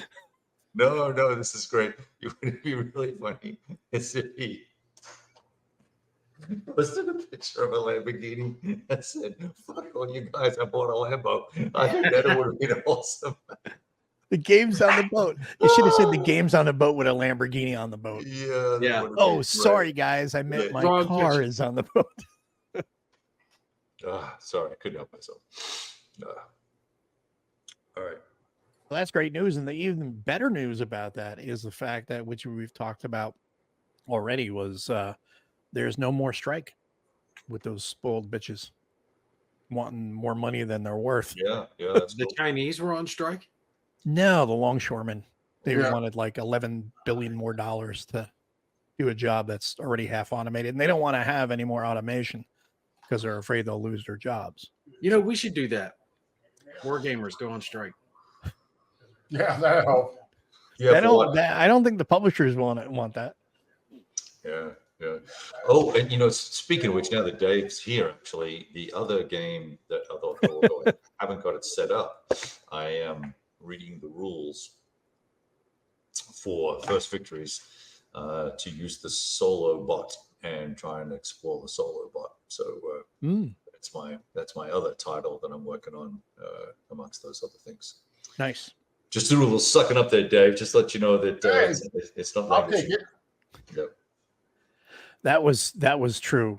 Going back to the other topic for a second, he did question testosterone levels, and they kind of went ballistic. It's like, well, you know what? The response really on that one that I heard in the back of my head was, "You sunk my battleship." Yeah, but there's a cream for that. Target fire for effect. Yes, there is. So now we'll see how long it takes us to get a name of the boat, how long they take the boat to get here. Yeah, And what it's is still it? gotta Like be 6-7 weeks? distributed. I don't know. They always tell me it's 8 weeks, but honestly, I don't think it's ever taken 8 weeks. It's usually taken 4 to 6 weeks. But Well, it depends on stops too. Yeah. yeah, it also, the reason it took so long, or so they claim why it took so long, was because one, it was their Christmas season, which does make sense, and I do know that. And the second part was everyone was panicking of the strike, and so everyone rerouted or ordered more or ordered quicker to get it through the West Coast ports. But I heard that the West Coast shoremen were going to strike in solidarity, with the East Coast people, which didn't seem to come up at all. Wow. I've seen a lot of stories about containers falling off boats. Just saying, the only time that container would fall off a boat now is if we all kind of got together and got a boat and we intercepted it and we pulled the damn thing off to get the games ahead of time. Yeah, you have to be in a pretty big storm for that. Oh yeah. But no, that's great. That's great news. I know that's something you've been really looking forward to, and as have all the gamers, obviously. But you definitely wanted to get to be able to make that announcement that finally the games are on the ship and they're on their way. Yeah, no, it just came in today, and we'll just see how it goes. And this will be the best packaged game I can know how to make. I mean, we double boxed it, including the game box, so we'll see how well it gets to people. You guys got copies of it. We did redo the maps box. So you got the tube. That's a thick tube. The next tube is 5 millimeters. You know how thick that is? Wow. Yeah, but they're going to put all the maps in the square box now. So they got the tube, goes in the square box, and then that's what gets mailed. Oh, wow. That's perfect. Yeah, that's much better because mine suffered, but they made it. They're not damaged either, but they made it. Yeah, all the packaging got damaged for the maps, but they all made it.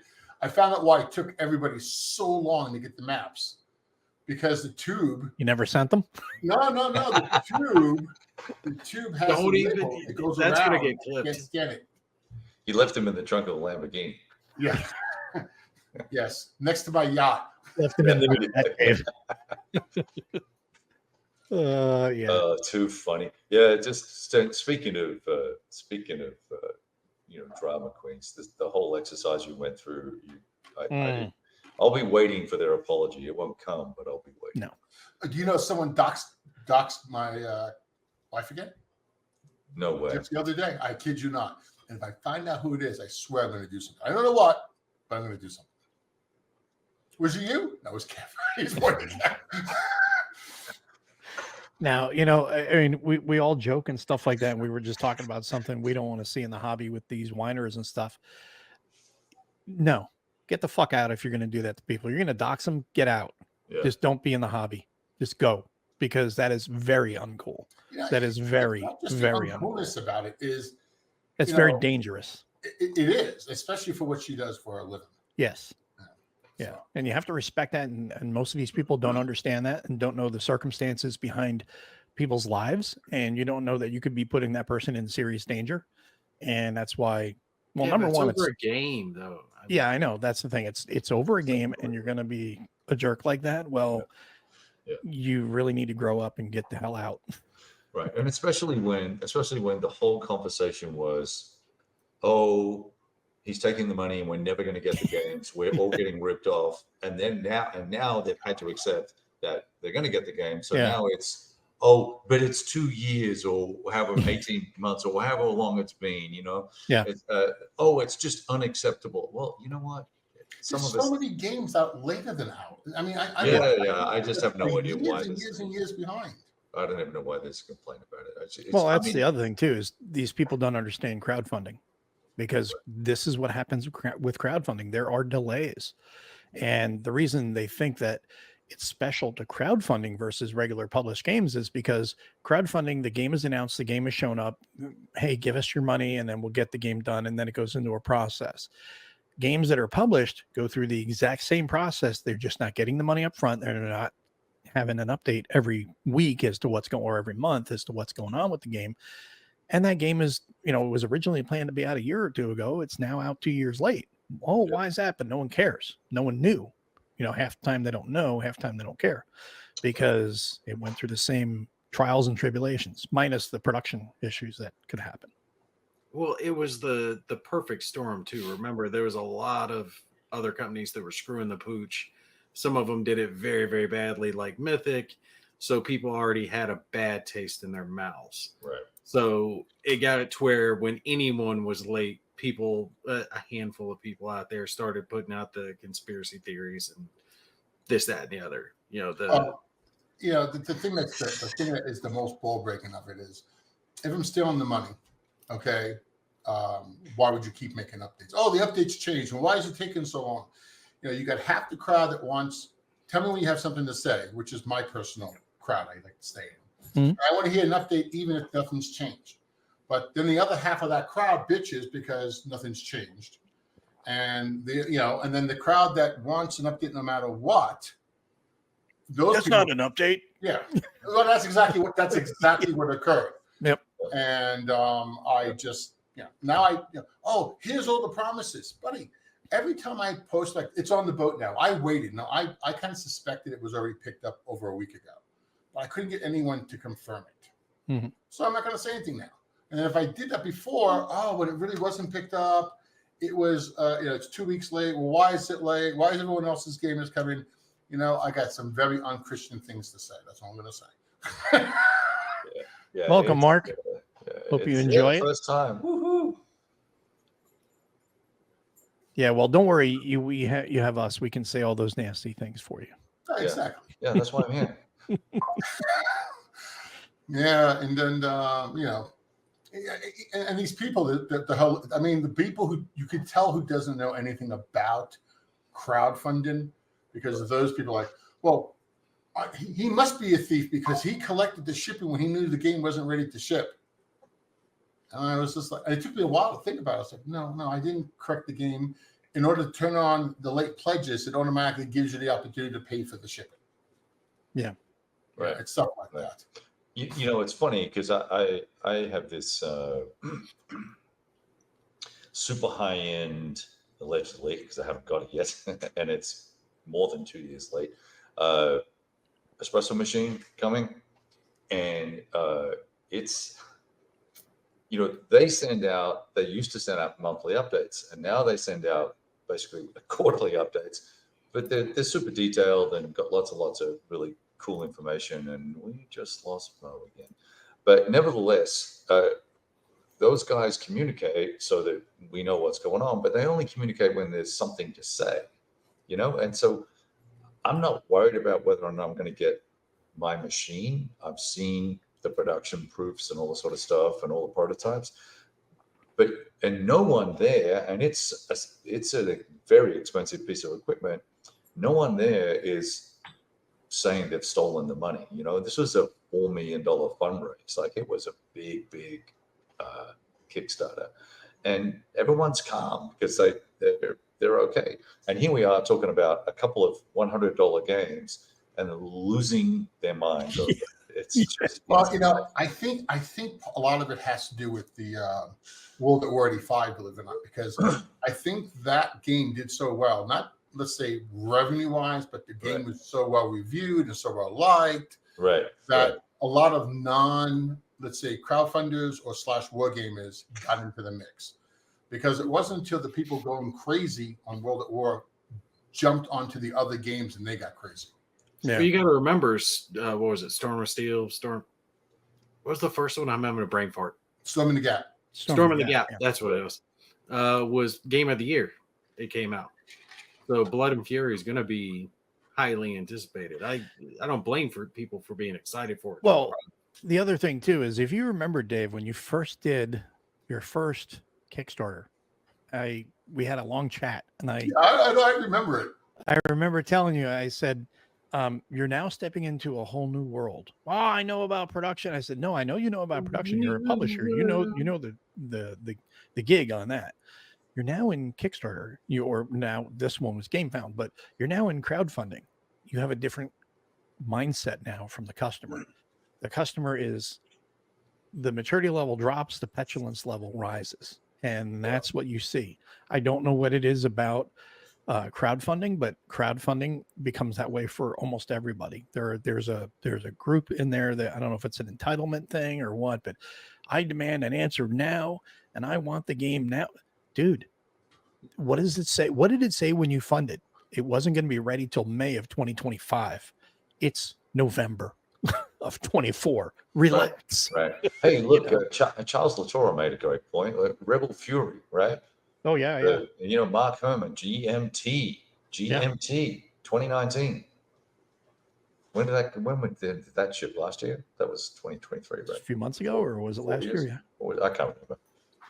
Yeah, it was 4 or 5 years after the fact. But the difference is, which people would say, is they didn't pay for it up front. Yeah, which is fine. And because people pay for it up front, they feel they have a right to bitch. But that's the thing about crowdfunding. You are trusting this to be done, and you're risking this to get done, and you're putting the money into it, believing that it'll get done. Right. And you're getting something more. Yeah, you're getting your benefits. money, You're getting benefits, exclusives and extra stuff that other people will have to. I mean, the original Kickstarter, the first one, Storm in the Gap, was what, $100? Yeah, I guess Roundabout. Something like $100, but you got like $200 worth of stuff or something like that. I mean, it was when you bought everything after the fact. If you waited to retail, you would spend like $150, $200. So that was the benefit of investing up front, is you save $50 to $100. So, and you got it early before anybody else. You got to remember, though, people had a lot more faith up until, a couple of years ago, because it used to be, certain company names, you could have complete faith in them that they were going to deliver. And then you had some that people expected to deliver who suddenly started dropping the ball. And then Devil Pig, I think it was Devil Pig, not Flying. Yeah, Devil Pig. Yep. Devil Pig pulled that huge scam and ran off with a complete Kickstarter. Right? Nobody got anything out of it. And that caught a lot of people. That caught me completely flat-footed, that company would pull that, because you would never expect it from that company. And I think that reduced people's faith in especially things like Kickstarter because there is no recompense. There's really nothing you can do. I know it, and they don't know that because I got told, well, I'm having my lawyer call GameFound, and I just chuckled, Yeah. You There's know, always the irate comments that are made and stuff. It's like, you know what? Not for anything, but I've backed well over 200 things on Kickstarter over the years. Yep. And not just primarily, I mean, primarily games, but there's been a lot of other things. So I'm very versed in the patience level of waiting for Kickstarter games Right. and projects. Some things deliver on time. A lot of things deliver on time, roughly within a month or two, sometimes early, sometimes a little late. Some things deliver way ahead of time. Some things deliver way after the fact. Right. It's just the risk you're taking with it. And you have to understand that if you're not willing to be involved in it, if you're not willing to take that risk, then don't get involved in crowdsourcing, crowdfunding. It's not for you. I mean, I will say this: if you're late, pissed off because you're late, I'll take that all day long. It's late. There's all there is to it. It's the extra nastiness. I mean, that wonderful letter I got from that other idiot. I can't think of his name right now. Oh yeah. Yeah, that guy. And I love the new one. Some idiot says, "Oh, the reason the games haven't shipped yet is because Heath can't secure the money to prove to the investment bank that the games will sell." The games have already sold. I know. I have to tell you, I have a lot of, got to hold my tongue. I really do. Good grief. Thank What God. investment bank? There's no investment bank. People pay. Shh, you don't know about that. Yeah. We do have some friends in some nice Arab countries, Oh, I thought it was Tony and the boys from back east. Well, those are for the more of the undercover games. We like to spread it out. They're the guys that give the special deal on the insurance for that Lambo. Right. They guarantee me shipment. That's what it is. I didn't pay that guarantee protection money, so the games are still in China. All right. So just this is who was it that was saying it? Meandering Mike. He was saying they backed 104 items on Kickstarter. I just pulled it up just to see. So I think it's after. I think you have it too, Mike. I think after 100 projects or whatever they call you, a super backer. I have joined in September of 2010.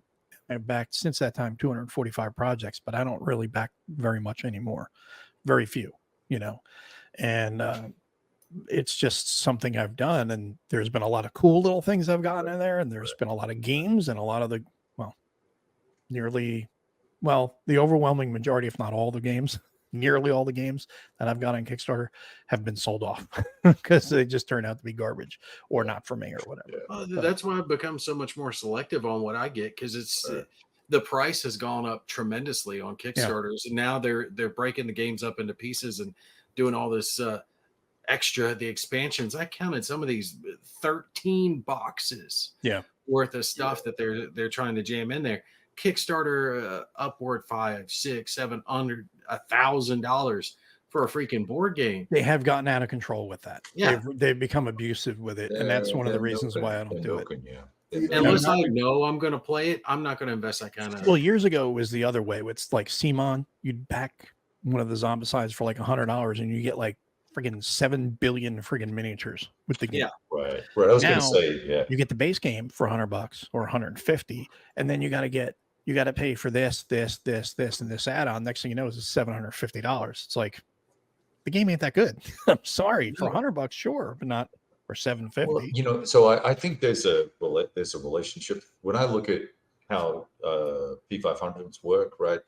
I'm making a commitment that you can pretty much guarantee that 80% on a P500, 80% plus of the people will convert, and you'll get money you buy.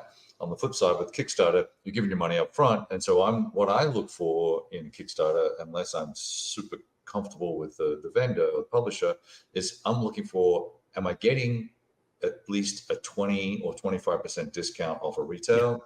What am I getting that might be exclusive? What am I getting that's extra? What am I getting that's going to make me feel like I'm doing you a favor, and you're being respectful of the fact that I'm giving you the cash now instead of 18 months from now, or a year, or 5 years, or however long it takes, right?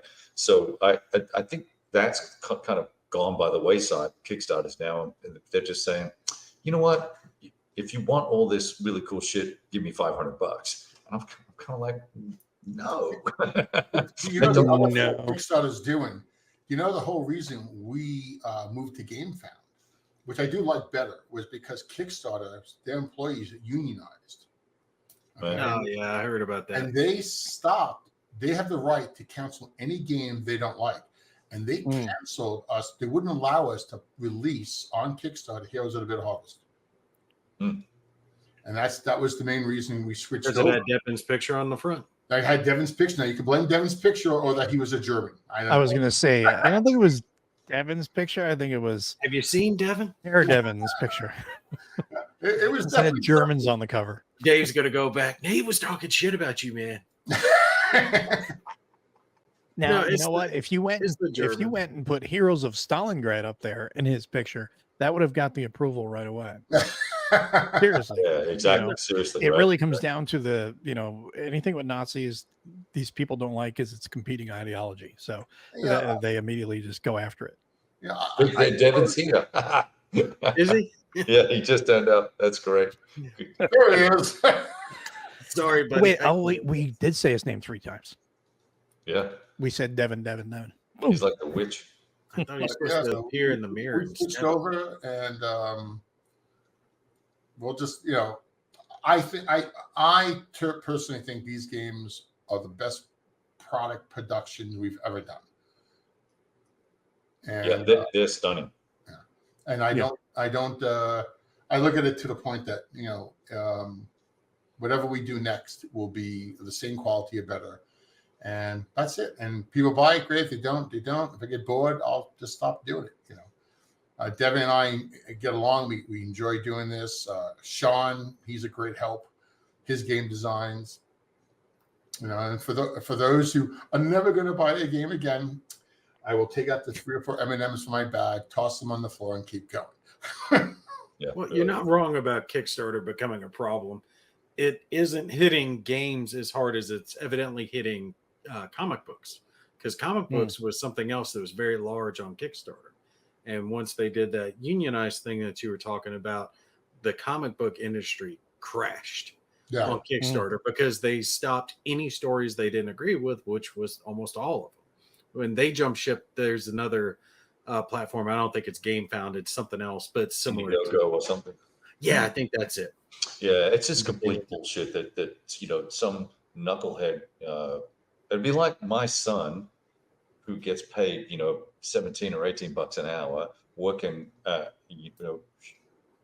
heavy equipment, says, you know what, don't like the way you're treating your animals, so screw you, we're not going to build your road. Imagine if that's how the company got run, right?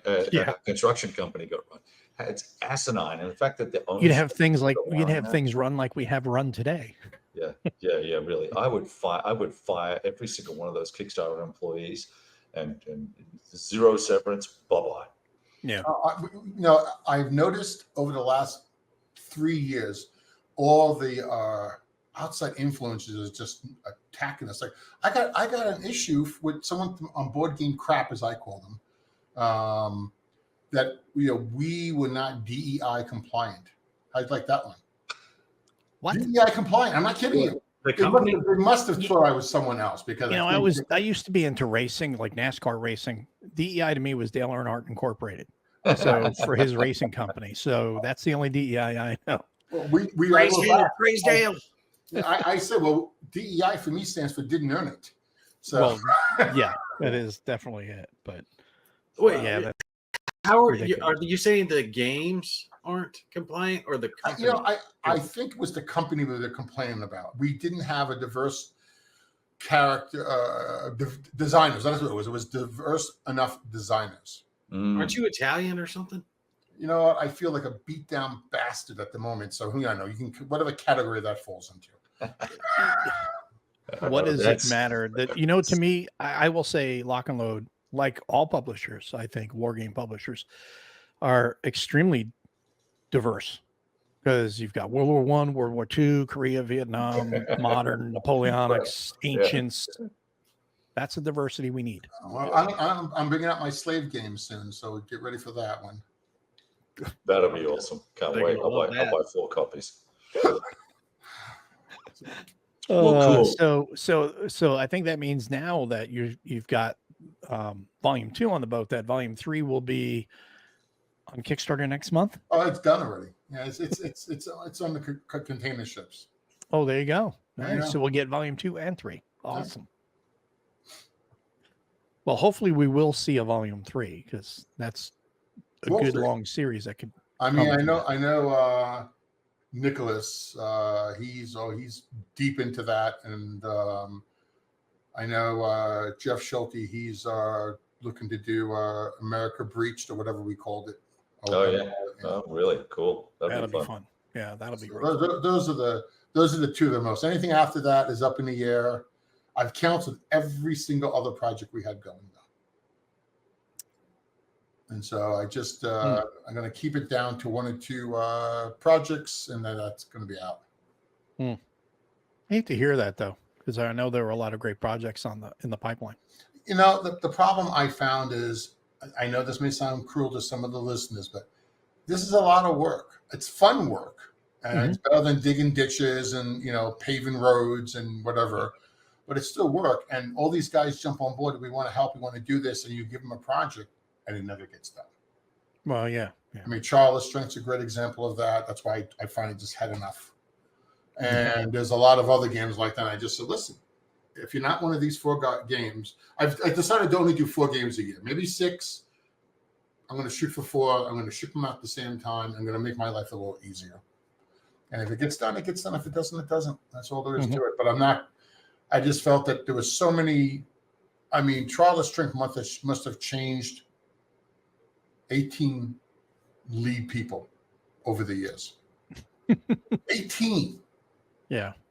And I just said, this is just, even if it got done, I don't care at this point. Yeah.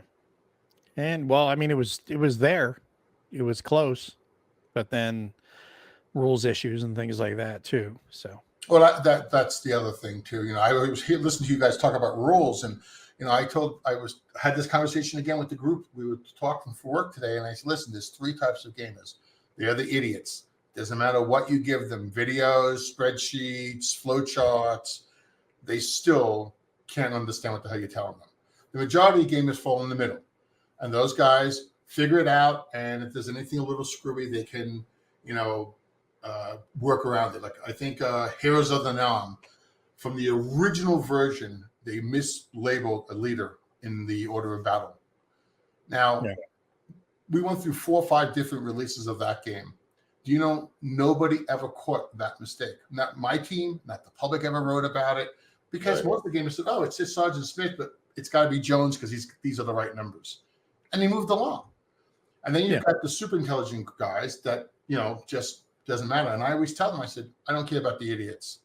Pick the middle group and the end and the smart group, and they'll figure it out. And if they can't figure it out, I probably should be stepping back from the game and the dice. Yeah. Just go sell the game and move on. It wasn't for you. Okay, good grief. I've done that 200, 300 times. It's just. So that's it. And I know Kevin, you guys always give me digs for how many count play rate cards we have. I just found that 11 billion. Yeah, but if you don't like it, we throw them in the box. If you like them, Exactly. Oh yeah. Exactly. Yeah. So the whole I forget where it comes from, but the whole deck was, hey, you want this, you want that, we got this, we got that. It's like with Lock and Load, it's like, hey, you want to know the CRT? We got a play rate for that. You want to know how to do this? We got a play rate for that. I mean, because it's true. Mo appreciate you, man. It's insane, Crazy Eddie's right. Exactly, Crazy Eddie. Yeah. I was actually thinking that the other day when I was going through Stuka Ace. When I first opened the box, I started pulling out, and there was a lot of play rate looking stuff, and I was like, yeah, that's a Lock and Load game. And then I realized, I was like, oh, you know what? I'll give them credit. It's not play rates. It was the playing cards. Right. Yeah. So all the different aircraft, similar to Western Front Ace. The actual player aids for the game, the ones that you would need to use for playing the game, I think there was only 2. Yeah, I think it's 2, and there's one replacement on the carrier. The sequence of play changes a little bit. Yeah. Yeah. So player aids, actual player aids, rather low on that one. Yeah. And you know, it's interesting that I think, and I don't know really whether I could say that you started it, but I think you would be one of the primary instigators. I see a lot more games coming out with more charts and more play aids and more supporting material that's not in the rulebook than I have ever seen in recent times. And I'll use Air and Armor as an example, The Last Gamble as an example, Third World War as an example. A lot more tools that help people get into the game faster. And that's great, right? Because it's not just about getting a rule book, getting a map, and getting some counters and slapping it down and going at it. We can all do that. Right. But I just lost my headset. But you can accelerate the access to the game, but you can also enhance the enjoyment of the game by giving them these additional charts and tables and things that are useful. Yeah. No, I think it was you, Kev, who asked me. It was a while ago. You know, I don't need a close combat ratio table, and you know, I could probably only do ratios because of playing war games. You know? But we had a bunch of younger high schoolers working for the company at the time, and their girlfriends wanted to know what they were doing, and then they started playing, and they had problems with ratios. You know, so we put that chart in there. And to me, hey, everybody I get to play, especially younger people, I get to play the game. Man, that's really what we're supposed to be about. You're bitching because I'm putting too many cards. Listen to what you're saying. I'm bitching because I'm putting too many player array cards for those who want to use it. Yeah. I'm trying to give you more player aids in the box, player aids. You know, it's like this helps you play the game. Why complain? And like you said, if you don't need them, and most of the player aids you have in like Lock and Load Tactical or World of War or whatever, you're not using them in that scenario. You know, you just throw them in the box. You just need a few, and then you're good. No, I know you made. Are you still developing that special set of dumbass charts that guys like Hexy can use? There we go, perfect.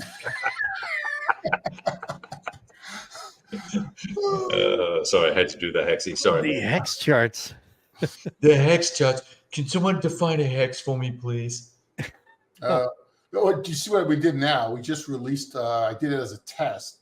I was working on AI for the manual, and we put one up. For World of Wardy 5, and you can ask it questions, and it will look in the rule book and give you answers. Is that on the website? On your website? Yeah, it's on the library. It's in the library. I'll have to I'm going to put it. Yeah, and I told people, I said, listen, it's not to replace the rule book. Yeah. Kevin, actually, you guys can all blame. Everyone online can all blame Kevin Sharp for this. Thanks, Kev.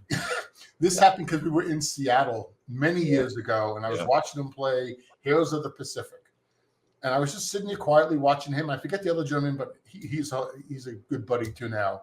And they're playing, and they're constantly looking in the rule book for an answer for something. And I was like, how much time do we waste our game time trying to freaking find something in a rule book? And I will, and in my own defense, I will say that I was looking things up because I was playing against a guy who was a relative newbie, and it was the final of the tournament, and I didn't want to cheat him out of a win, so I was double checking things. So there's that. We call that the Kevin factor. I told you that before. Yeah. But I did win. But No, but I did win, by the way. I did win, by the way. Screwed him right at the very end. I beat that newbie like a rented mule. I just whipped his sorry old ass. Yeah. But no, the AI thing, that's great. I mean, I tried to use Alexa. We can ask Alexa a question, and it would tell you what the rule answer was. Right. That was way too much work. But the AI thing took a while, but it hasn't. No one's reported a bad answer. The benefit and the negative of that is if I ask it, can an artillery fire at night? Okay, it'll give you an answer. But if you say, can an artillery fire at night with a star shell in the rain? The AI will answer it, but you need to give it more. You Right. also get a better answer if with the AI, you can at least say, hey, can an artillery fire at night? It'll give you an answer. Does that also account for in the rain? You know, and it will update the answer for you. Sometimes it tells you, oh, yeah, you're right. Like it gives you the wrong answer. So you question it and it will actually come back to you and tell you, yeah, I got it wrong. You're right. Is that ChatGPT you're using or It's a version of ChatGPT. Yeah. Okay. Yeah. Every time you ask a question, Alexa, she just responds the same way. Read the manual. Yeah. All right. Oh, Cool. 3:20 in the morning. Oh, wow. John, where are you located? Well, yeah, this is we're going to wrap it up here. We've had a fun time tonight chatting with about a bunch of different subjects and having Dave on to give the great news that the games are finally on their way to us. So hopefully we'll see them without delay. You know, you have to remember there are these little things called storm systems out there, as I think everybody should be aware right now, that will be affecting transit across water because they all start on the water and then they spin around and then they come to land. So hopefully none of that will interfere or delay shipping, you know, for the games. But it's great to know that they're on the floaty thing and they're on their way. And hopefully we'll see them in another month and a half or so, maybe 6-8 weeks. So hopefully in time for Christmas, which would be great. Once we get the ship name, I'll post that eventually. Yeah. It's probably on its Chinese tour right now because it goes up and down the coastline, adding different ports to get stuff. And make sure you get the right ship name this time. Right, it wasn't my fault. That wasn't my fault. You know, it's funny they gave me the wrong name twice. That was so funny. That was so funny when I saw it that. Happens. Like you try and give people information, and then the shipping company gives you the wrong information. And you're like, guys, give you the wrong information because they gave me the wrong information. Oh my God, God, I'm lying. You bought another Lamborghini. All right, So, gentlemen. Yeah, we're going to call it an evening here, and we will see you guys at the end of the month. We're going to be doing our second show, which will actually be the true October show at the end of the month to catch up because we did not have a show last month. But thanks, everybody, for tuning in. We really appreciate you. We'll see you on the next episode. Have a great night, everybody.